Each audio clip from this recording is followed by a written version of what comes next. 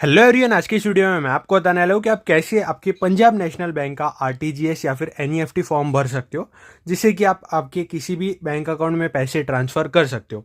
तो चलिए आज के इस कमाल के वीडियो को स्टार्ट करते हैं।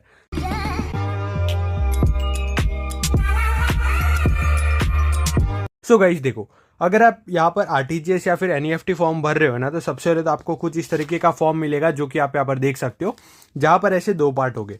तो सबसे पहले तो ये वाला एक पार्ट है और यहाँ पर ये वाला एक पार्ट है।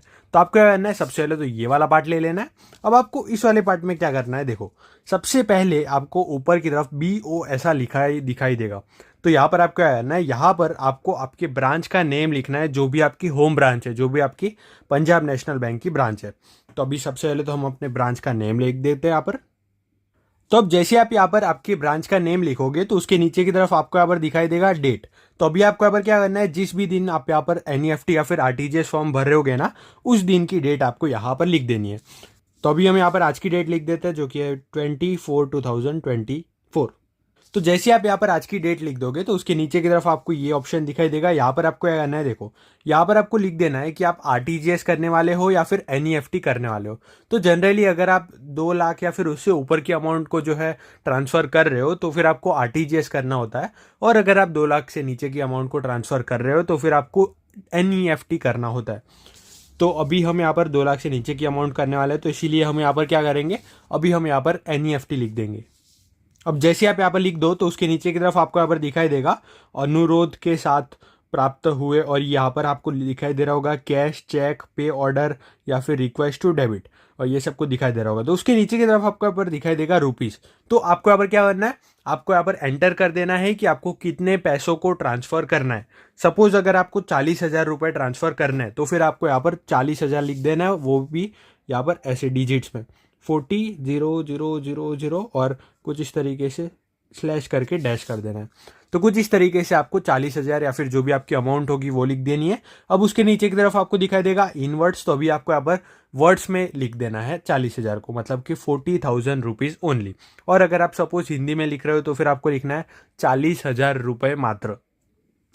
तो यहाँ पर हमने कुछ इस तरीके से 40,000 रुपीज़ ओनली लिख दिया है। अब आपको उसके नीचे की तरफ क्या करना है, यहाँ पर आपको नेम लिख देना है, जिसके भी अकाउंट में पैसे आपको ट्रांसफर करने होंगे ना, उस अकाउंट होल्डर का नेम आपको यहाँ पर लिख देना है। तो अब जैसे आप यहाँ पर नेम लिख दोगे तो उसके नीचे की तरफ आपको दिखाई देगा बैंक। तो अभी आपको यहाँ पर क्या करना है, अभी आपको जिस भी बैंक में पैसे ट्रांसफर करना है उस बैंक का नेम यहाँ पर लिख देना है। सपोज अगर हमें बैंक ऑफ इंडिया या फिर SBI में पैसे ट्रांसफर करने हैं तो यहाँ पर आपको लिख देना होगा बैंक ऑफ इंडिया।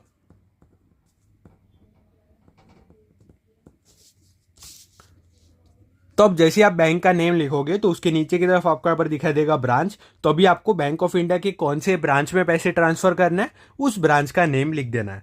अगर आपको नहीं पता होगा तो फिर ये पासबुक में आपको मिल जाएगा, और यहाँ पर ऊपर की तरफ भी हमने जो हमारे ब्रांच का नेम लिखा है ना, वो भी अगर आपको नहीं पता होगा तो आप अपनी पासबुक में चेक कर सकते हो।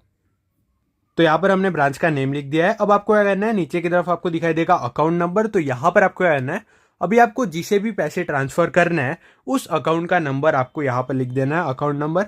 नीचे की तरफ आपको दिखाई देगा IFSC कोड। तो आपको जिस भी अकाउंट में पैसे ट्रांसफर करने होंगे उस अकाउंट का, उस बैंक का IFSC कोड आपको यहाँ पर लिख देना है। नीचे की तरफ आपको दिखाई देगा डेट ऑफ रिसिप्ट। तो यहाँ पर भी आपको आज की डेट लिख देनी है। तो अभी हमने यहाँ पर अकाउंट नंबर, IFSC कोड और डेट ऑफ रिसिप्ट ये सब कुछ लिख दिया है। अभी आपको आ जाना है राइट साइड में। तो अभी आप देख सकते हो राइट साइड में भी आपको बहुत सारे ऑप्शंस दिखाई दे रहे होंगे। तो अभी आपको क्या करना है, सबसे पहले तो आपको राइट कॉर्नर में यहाँ पर दिखाई देगा दिनांक यानी कि डेट। तो अभी आपको अगेन जो भी आज की डेट होगी वो लिख देनी है, जो कि है 24/2024। तो यहाँ पर मैंने आज की डेट लिख दी है। अभी आपको यहाँ पर क्या करना है, अभी आपको यहाँ पर दिखाई देगा शाखा या फिर ब्रांच। तो आपको यहाँ पर क्या करना है, यहाँ पर आपकी जो भी ब्रांच का नेम होगा वो लिख देना है, जो कि आपके पंजाब नेशनल ब्रांच का नेम है। तो यहाँ पर अभी हम हमारे ब्रांच का नेम लिख देते हैं। तो अब जैसे आप ब्रांच का नेम लिख देते हो तो अभी आपको यहाँ पर क्या करना है, सबसे ऊपर की तरफ आप यहाँ पर देख सकते हो, आपको दिखाई दे रहा होगा आरटीजीएस, एनईएफटी, ड्राफ्ट। तो अभी अगर आप आरटीजीएस कर रहे हो तो आपको आरटीजीएस पे टिक करना है, लेकिन अगर आप एनईएफटी कर रहे हो तो फिर आपको यहाँ पर टिक कर देना है। अब यहाँ पर टिक करने के बाद आपको यहाँ पर नीचे की तरफ दिखाई देगा transfer through RTGS NEFT rupees. तो अब यहाँ पर आपको क्या करना है, यहाँ पर आपको अमाउंट लिख देनी है कि आपको कितनी अमाउंट ट्रांसफर करनी है। तो अभी हमें 40,000 ट्रांसफर करना है, तो इसीलिए आपको यहाँ पर 40,000 ऐसे कर देना है। अब आपको क्या करना है, नीचे की तरफ आपको दिखाई देगा इनवर्ड्स। तो अभी आपको यहाँ पर सेम चीज़ वर्ड्स में लिखनी है, मतलब कि 40,000 रुपीज़ ओनली। आप अगर इंग्लिश में लिख रहे हो तो आपको पीछे की तरफ ओनली लगाना होगा, अगर आप हिंदी में लिख रहे हो तो फिर आपको पीछे मात्र लगाना होगा। तो अभी हम यहाँ पर लिख देते हैं। अब जैसे ही आप यहाँ पर अमाउंट लिखोगे तो उसके नीचे की तरफ आपको यहाँ पर दिखाई देगा account number for RTGS NEFT name of beneficiary. तो अभी आपको यहाँ पर क्या करना है, देखो सबसे पहले तो यहाँ पर आपको ये जो बॉक्सेस दिखाई दे रहा है ना, यहाँ पर आपको अकाउंट नंबर लिखना है जिस भी अकाउंट में आपको पैसे ट्रांसफर करने होंगे। तो यहाँ पर आपको जिसके भी अकाउंट में पैसे ट्रांसफर करने होंगे उसका अकाउंट नंबर प्रॉपर लिख देना है, लेकिन अभी फिलहाल के लिए तो मैं क्या करता हूँ 1 2 3 4 लिख देता हूँ। अब आपको इसके नीचे की तरफ क्या करना है, यहाँ पर आपको नेम दिखाई देगा, तो यहाँ पर आपको जिसके भी अकाउंट में पैसे ट्रांसफर करने हैं उसका नेम यहाँ पर नेम में लिख देना है। अब आपको यहाँ पर दिखाई देगा beneficiary bank and branch name. तो अब आपको यहाँ पर क्या करना है, यहाँ पर आप जिसके भी अकाउंट में पैसे ट्रांसफर कर रहे हो उसके बैंक का नेम आपको यहाँ पर लिखना है और उसके ब्रांच का नेम लिखना है।